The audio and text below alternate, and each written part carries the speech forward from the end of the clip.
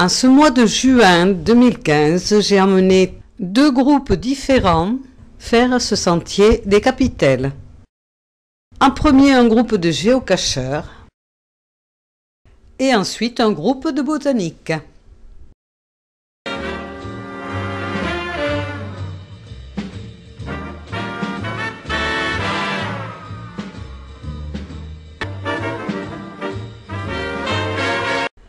Une association du patrimoine lorrainais créée en 2000 a mis en valeur ce sentier des Capitelles.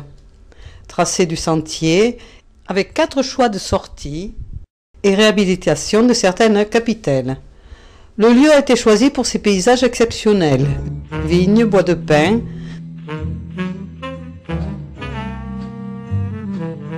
de cyprès et de chênes verts, de cade, plantes de garrigue.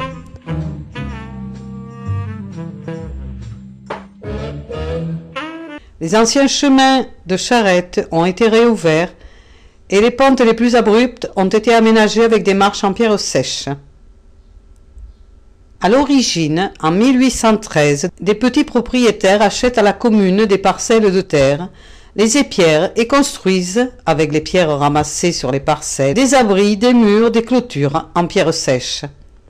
150 à 200 constructions sont éparpillées dans un environnement botanique riche. Le sentier, accessible à tous, constitue un témoignage de l'histoire et des hommes du temps passé, fait découvrir une trentaine de capitelles rondes ou carrées sur une dizaine de kilomètres. On a donné aux capitelles des noms par ordre alphabétique qui commencent à Anaïs et finissent à Séraphine.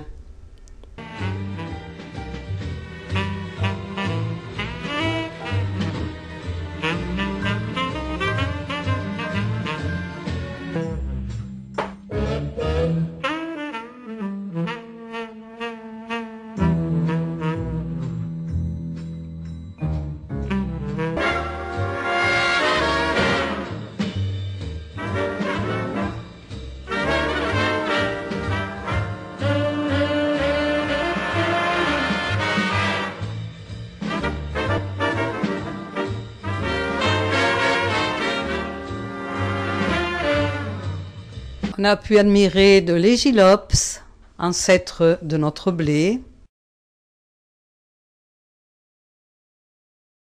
des massettes dans la petite mare où nous avons trouvé la première cache,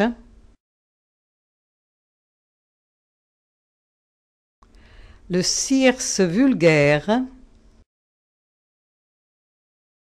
l'ononis épineux, qu'on appelle aussi l'arête-bœuf, l'immortel, que l'on trouve aussi sur les dunes, au bord de la mer, du corysse de Montpellier, qui était un petit peu passé,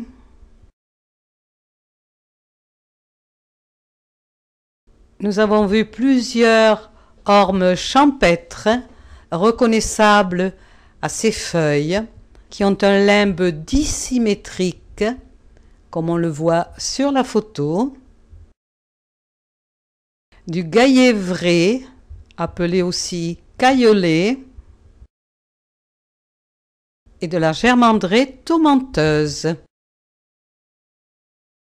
L'anacycle en massue, reconnaissable lorsqu'on enlève une de ses languettes blanches, aux 2 parties enflées qui lui ont donné son nom.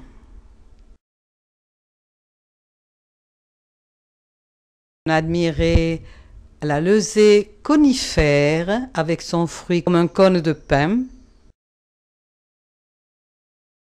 la stéline douteuse, le silène blanc, le sédum, à gauche le sédon réfléchi et à droite le sédum raide. Scorpiure, avec à droite ses fruits, L'orchis-bouc, qui doit son nom à l'odeur pas très agréable qu'il dégage, avec ses longs labelles. L'urosperme de Daléchamp.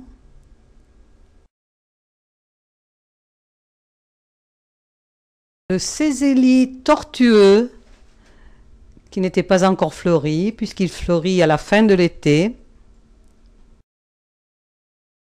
Le jasmin sauvage, qui n'a pas d'odeur, mais de très jolies fleurs jaunes. La centaurée des collines, une des rares centaurées à fleurs jaunes. La petite centaurée, ou érythrée.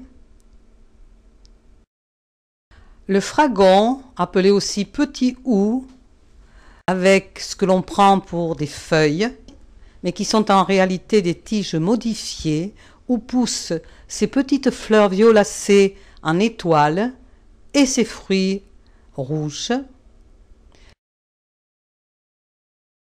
Le choin noircissant.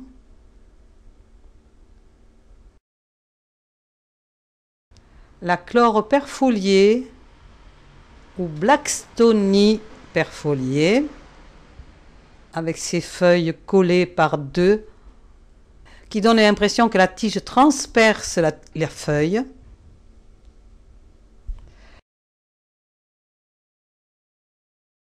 La Bonjanie hirsute, très velue.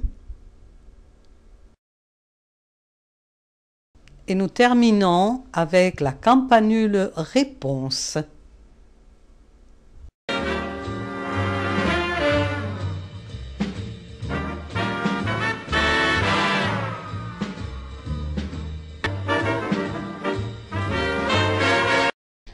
C'est un groupe de géocacheurs réduits de moitié, pour des raisons diverses, que j'ai amené découvrir ces capitelles. Sur l'ensemble du parcours sont dissimulés 16 caches, mais nous n'en avons trouvé que 12. 3 où nous sommes bien arrivés sur les lieux et où nous avons retourné toutes les pierres du coin sans succès. Et une, il fallait y aller en mode sanglier, et comme elle se trouvait à la fin de la journée, nous n'avons pas eu le courage, avec la chaleur et la fatigue, de jouer au sanglier.